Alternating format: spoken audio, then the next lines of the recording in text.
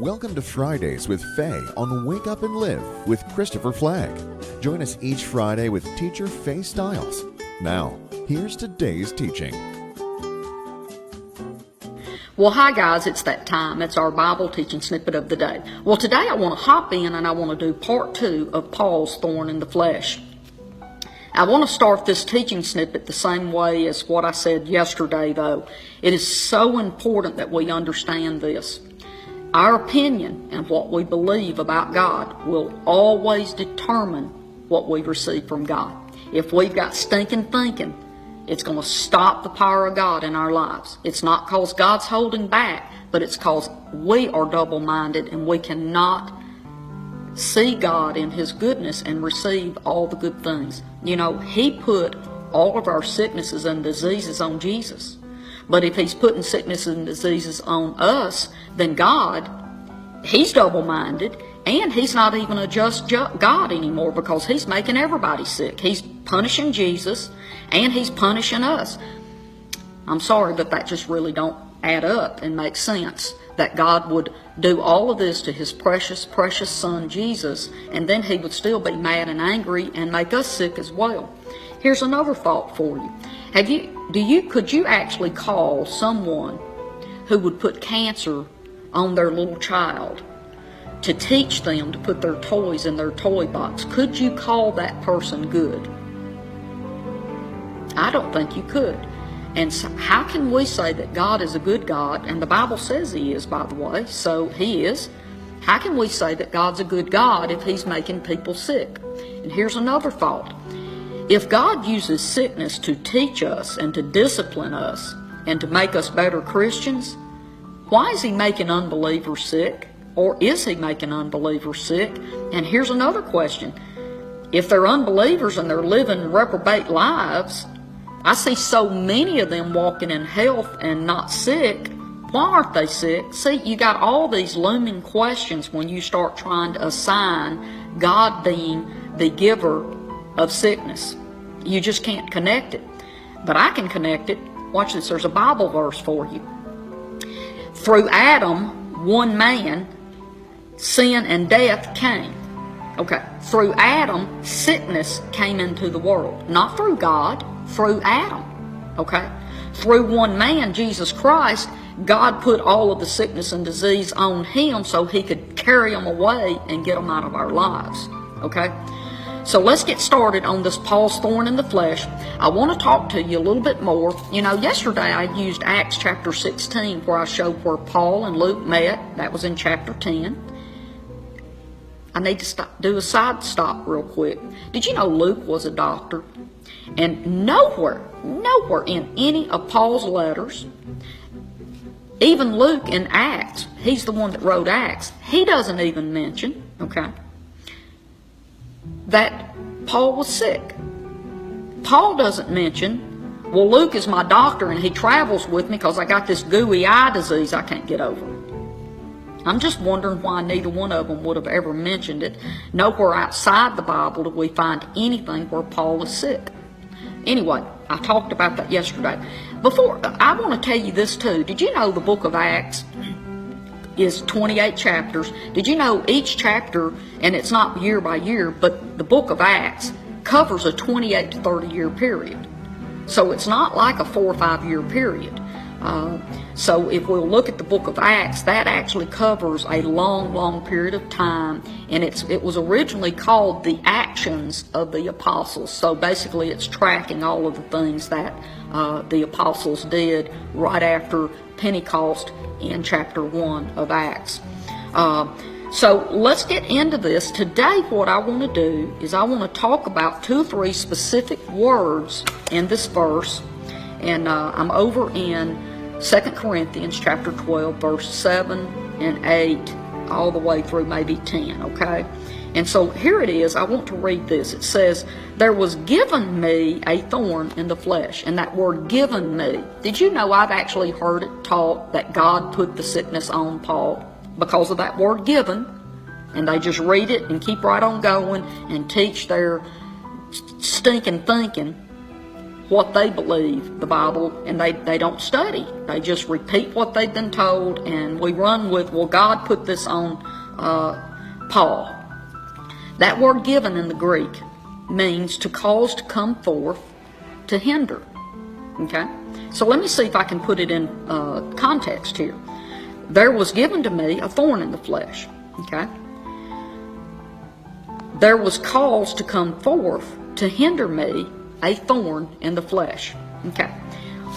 What Paul is saying here is that Satan, which by the way, the word Satan, he was given that name Satan, but in the original Greek, that word is adversary. Adversary. Anytime you see the word Satan, the original Greek there says adversary. Okay. So there was caused to come forth to hinder him, the messenger of the adversary. So the adversary, a messenger, an angel, an evil spirit, would come forth to try to stop Paul from preaching and teaching and spreading the gospel, is what was going on here. I brought that out in Acts chapter 16, 17, where the girl followed him around for several days before Paul cast out the unclean spirit out of her to make her go away and stop hindering them from preaching the gospel. So the next thing I want to talk about is the word infirmities. And I'm going to pick up in verse 9, and I'm reading straight out of the King James today. And it says, "And he said unto me, My grace is sufficient for thee, for my strength is made perfect in weakness. Most gladly, therefore, I will rather glory in my infirmities, that the power of Christ may rest upon me. Therefore, I take pleasure in infirmities." And I'm going to stop right there because I want to tell you what that word infirmities means. The word infirmities in the Strong's means trials and tribulations, trials and troubles. And watch, it can also mean weakness. So if the word right here, when we're reading, "My grace is sufficient for thee, my strength is made perfect in your infirmities," your weaknesses. "Most gladly, therefore, I will rather glory in my trials and troubles." And then let's go to verse 10.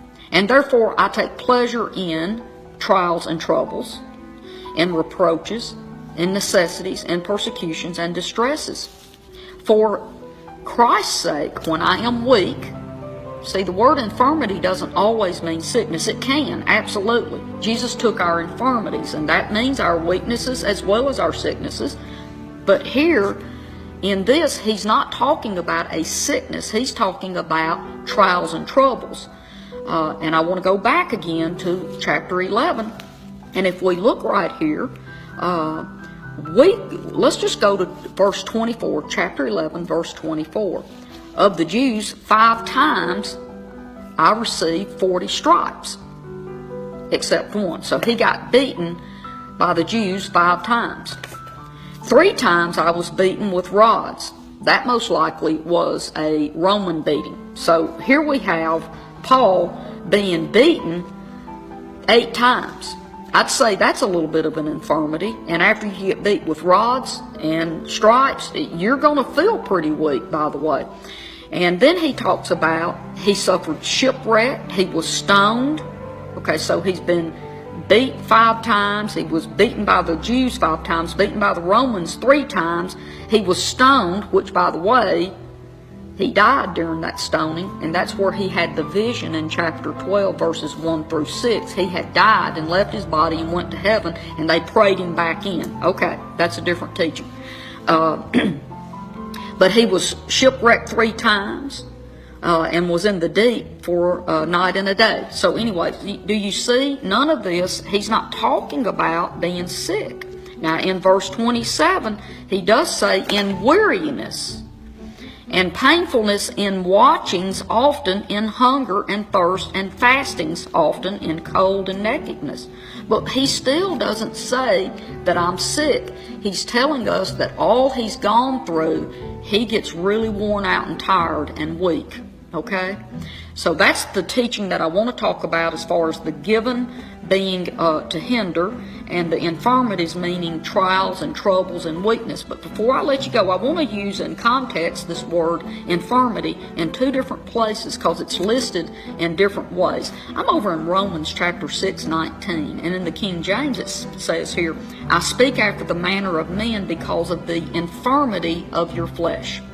Let's go over to the Amplified and let me read that. It says, I am speaking in familiar human terms because of your natural limitations. So right here we see the word infirmity meaning natural limitations.